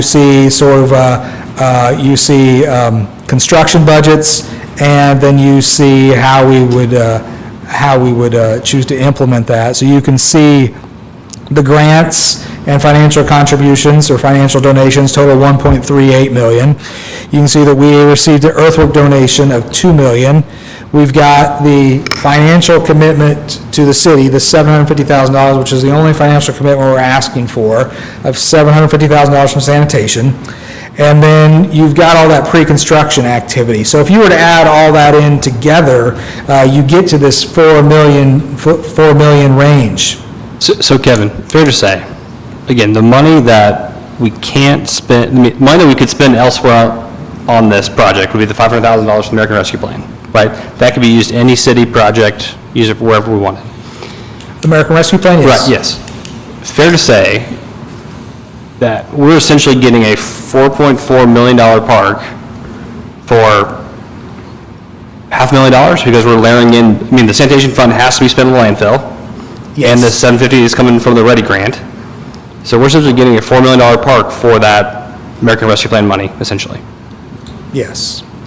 That's what I'm trying to show here, right? So we've got all those funding sources, the grants and donations, the earthwork donation, the financial commitment, the pre-construction funding that we've already put into the project, that's $4.491 million.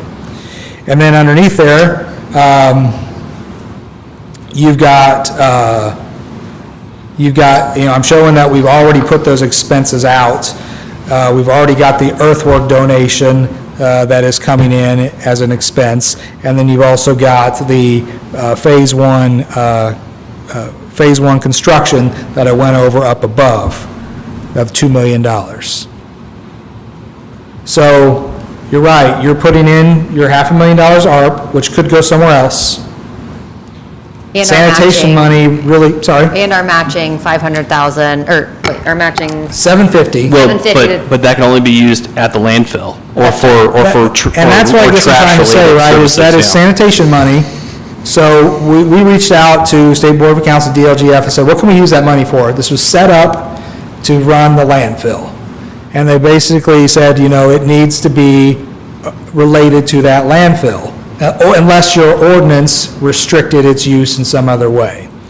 So the ordinance restricts it to, operations at the landfill or the property. I understand that. I was just, on the 79 line item says food and beverage donation, or the food and beverage donation matching appropriation, 500,000. I put that in there because that was a financial commitment that was made before that we never actually appropriated. Right, But and we're not asking for that now. We're just asking for the one underneath that, the But it's still, we're still going to 750,000. spend it eventually. No, I'm not going to spend it on this, no. We essentially replaced had that $500,000 from food and beverage to the ARP money. Okay. Right. Sorry, that was No. unclear on here. Yeah, so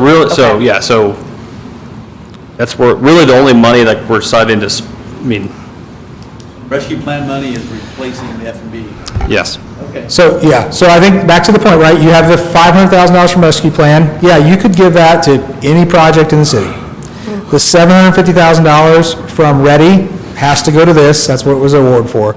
The $750,000, the matching money required, the dollar-for-dollar match for Ready that we're proposing to allocate from the sanitation fund can only be used at the landfill or in the operation of the landfill. We've used it in the past originally we used it for collecting trash. In the past, we used to use it to pay street department employees. Not sure that was appropriate, but in the past, street department employees used to collect trash. So it was certainly appropriate when we were collecting trash. And then at some point, we stopped collecting trash, but we were still using sanitation money for street department employees, for street sweepings, things like that are related to cleaning things up, if you will. They are related to housekeeping items that you could say have a rational nexus to sanitation work. But sanitation money is supposed to be used at the landfill or Sanitation-related. for sanitation purposes. So again, yeah, $500,000 ARP, $750 from Ready, $750 from sanitation. That still leaves $200,000 in the sanitation line for those sanitation-related things. You know, they could still go for fixing the street sweeper, or replacing the street sweeper, things like that would involve sanitation-related items. I kind of have like another jet off really quick before we conclude this conversation. In phase 2, I don't know how detailed, John, you've gone over phase 1 and phase 2 with Kevin, but what do you foresee you will need, like, as far as a phase 2 for the Parks Department? Like, I'm saying, like, as if, we want to leave it at phase 1, I'm just trying to get a grand total of, like, in my mind, what exactly we're, to get it to be as functional and as great as we need it to be. I don't know if you guys may have not went over all the specifics on phase 1 and phase 2, so sorry if you guys didn't do that. I didn't mean to put you on the spot. Yeah, appreciate the question, but we really haven't Okay. discussed phase 2 or phase 3 or anything else. Okay, so. sorry. With phase 1, and we've talked about this, we've went and toured other bike parks that have more of the phase 2 improvements. I think those are where you get into a lot more maintenance-intensive issues. Those are a lot more day-to-day operations. With this trail, with the cross-country trail, it's inspecting it, which technically is a weekly inspection required by the engineering department, not the Parks Department. And then other than that, it would be some weed eating along the edges of it to keep the weeds back. It would be mowing around the parking lot. So until we get into phase 2, I really feel like, and I don't want to put John in a position where he's not comfortable with it, but I don't think there's a ton of maintenance required with just the phase 1 improvements. The phase 2 improvements, we step it up a little bit. Okay. And that requires some specific expertise, which we've talked with people at like Griffin Bike Park that would be happy to help train people on how to maintain those intensive bike park features. We've talked with the groups like Hoosier Mountain Bike Association, who maintains Town Run Park, maintains Brown County State Park, maintains mountain bike trails all over the state, who have said they will do however we want them involved. They would be happy to. They would be happy to set up a group of volunteers that would maintain the trails.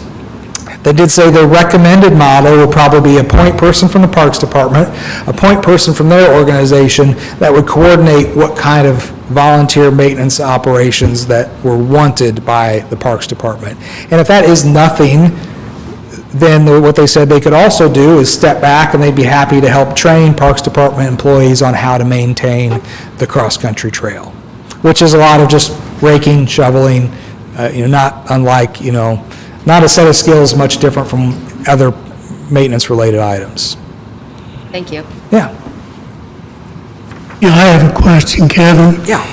How about, how much money do you think it's going to take to maintain that facility once we get it built?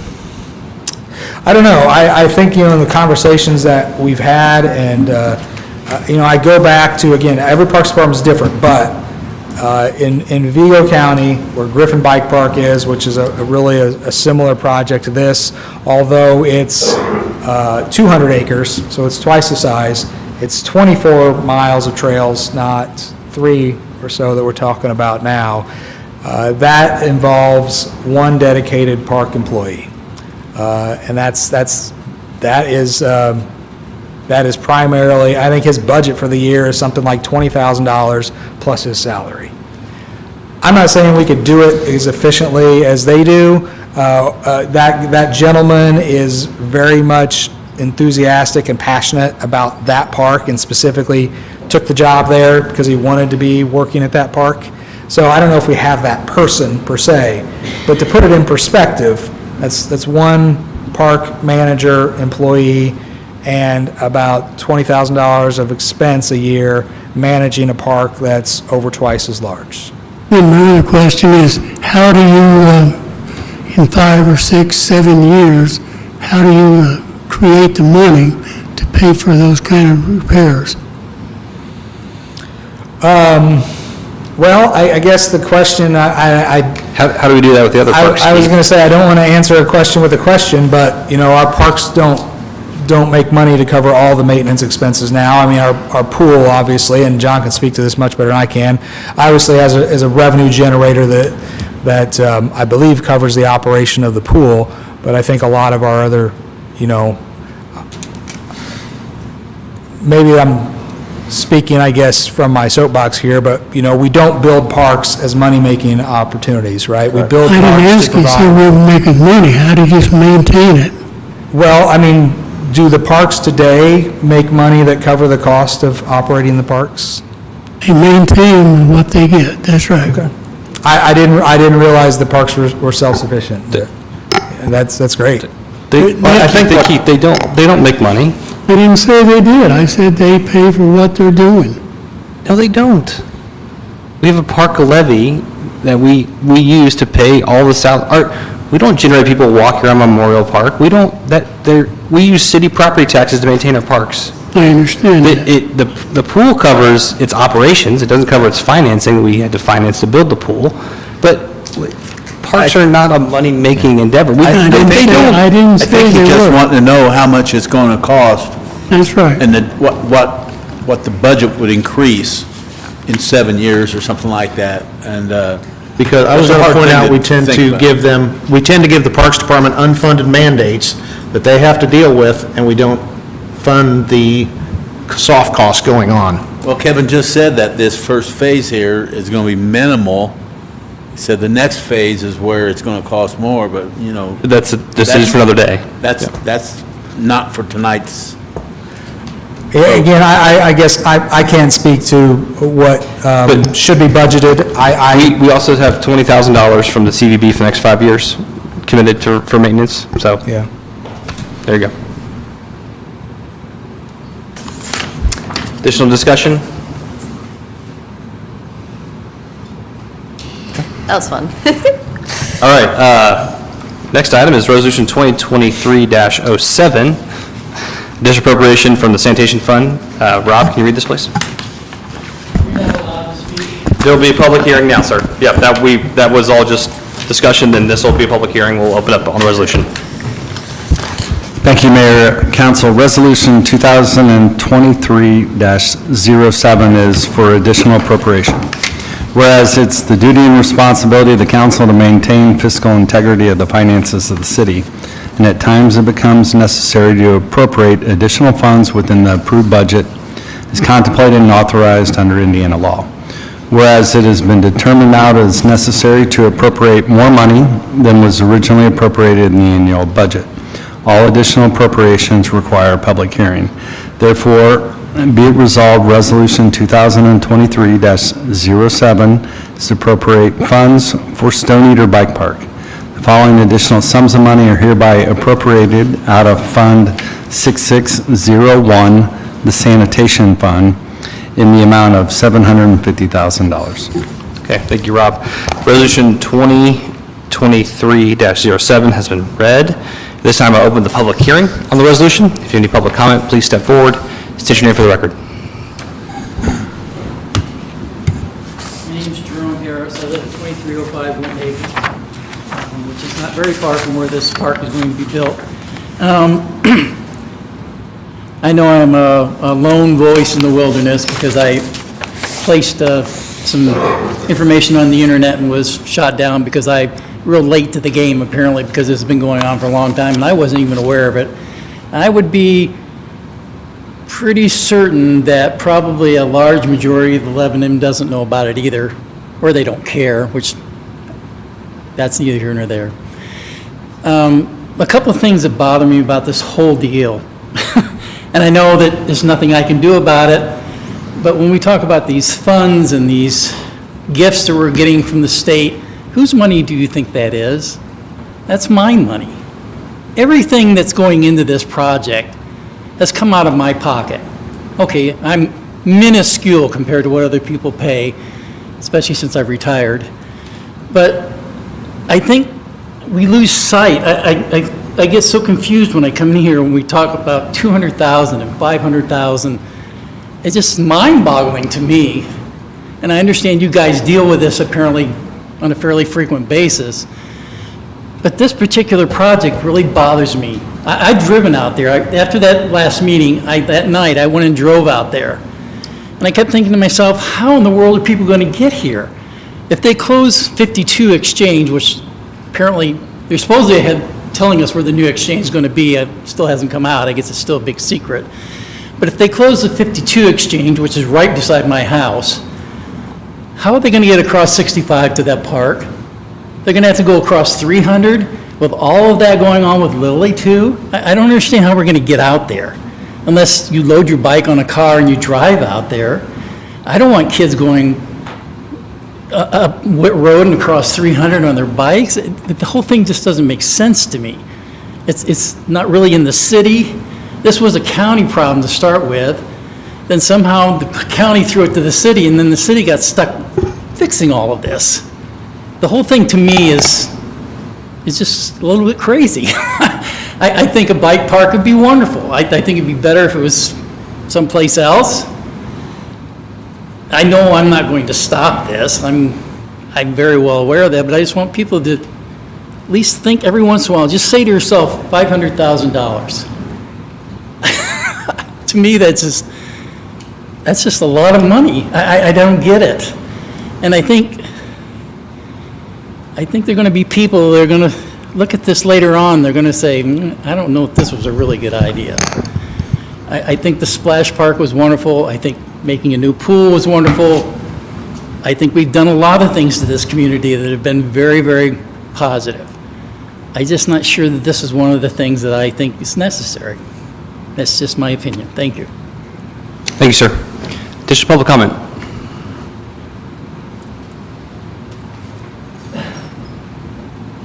Seeing none, close the public hearing on Resolution 2023-07. Additional discussion from council? Or a motion? This also could be a motion to table if we want more time to talk about this. Well, I do have, he brought up a good point, if they close that Lafayette Avenue entry into 52, I actually didn't think about.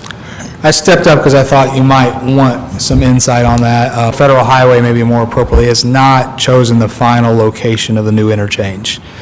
But the recommended location from the state was a new location approximately a quarter-mile north of 300. So that's where a new interchange would be built, and the preliminary layout for that interchange would include multi-use paths, trails going across that bridge. 300, from what I understand, if this is all caveated on, they haven't made the choice, but if that is the choice, 300 stays there and stays operational as a local road. So when you come across the bridge, so let me back up. So if the bridge is placed a quarter mile north of 300, 52 will, as you come south on 52, will be rerouted and curve into that new bridge location. As you cross over the bridge, you will probably go straight until you hit the existing Witt Road or County Road 150 West, and then there will be a couple of large S-curves that take traffic down onto 300. And then the state, this is more commitments made from the IEDC than NDOT, have said they will improve 300 all the way to 39 with new intersections at 39 that may be signalized, maybe a roundabout, but would have a 4-lane street cross-section, 2 lanes in each direction with a raised landscape median down the center and 10 to 12-foot bike trails on both sides of the road. So very shortly, within, say, 3 or 4 years, you will probably see bike trails going from 39 and 300 all the way over to west of the bridge near 52. That's still not to the park, but, you know, there are additional projects that the LEAP District is chasing. We've all seen the concept plan for the LEAP District that would include additional development in that quadrant that's between, say, 52, the new 52 and 65 that would be developed adjacent to the bike park. Again, those are speculative. We don't know when those are going to happen, but we've seen the concept plan that would include trails in that area. Yeah, you know, during this whole thing, I've never thought this park was for kids to ride their bike. By themselves, yeah. By themselves from Lebanon out there. This is more of a competitive bike. It's a park. Parents take their kids. Yeah, it's definitely not something that we want. We're going to promote kids ride their bikes to the park. It's definitely a destination you go to that you take your kids to. It's definitely that type of a park atmosphere. At least until the trails are connected. Right. In the future, once 300 is reconstructed, once the trails from 39 to 52 are reconstructed, perhaps once you see additional development parcels and projects happen along 52, between 52 and the interstate, those trail locations would fill in, and then you could ride your bike there. Other options that we've also looked at is, so if you take the Big Four Trail, you go out of town, you go to 350 West, that road goes all the way up and runs into the bike park. Unfortunately, though, that gravel road is on the wrong side of 52, so we'd have to get across 52. But there's other options there that would create connectivity. But yes, this is more of a destination park. This is not something that you ride your bike from center of town to that area, at least not for kids. Thank you. I'll make the comment for everyone. Terre Haute, I believe, has 2 bike parks. They have one bike park. They have a skate park, and they have some other bike Okay, trails. well, I know they got one bike park, Griffin Park, and I've been there. It is out in the country, and you have to load your kids up in the car and drive out there to it. Yeah, it's not And, close to town. You cannot ride from Terre Haute out to there. And they have, I think the last time I checked, they have roughly 30,000 visitors a year that come to that park. Yeah. Which is why we were able to attract CVB support on this. You know, if you're bringing those kind of visitors to a park, there is some opportunity for those visitors to be spending money, to be staying in hotels in this area, and that's how the CVB is funded. That's how they get their money, is through innkeeper's taxes. I also, just to add to the comment, I also spoke with a guy at Terre Haute that takes care of the bike park. He takes care of that one and also another park across the road as well. And his comments to me was that, you know, they don't do a lot on the trail unless the trees or something go down. And he said if he does need help or whatever, he just calls and gets volunteers that do the work with a lot of the bikes there.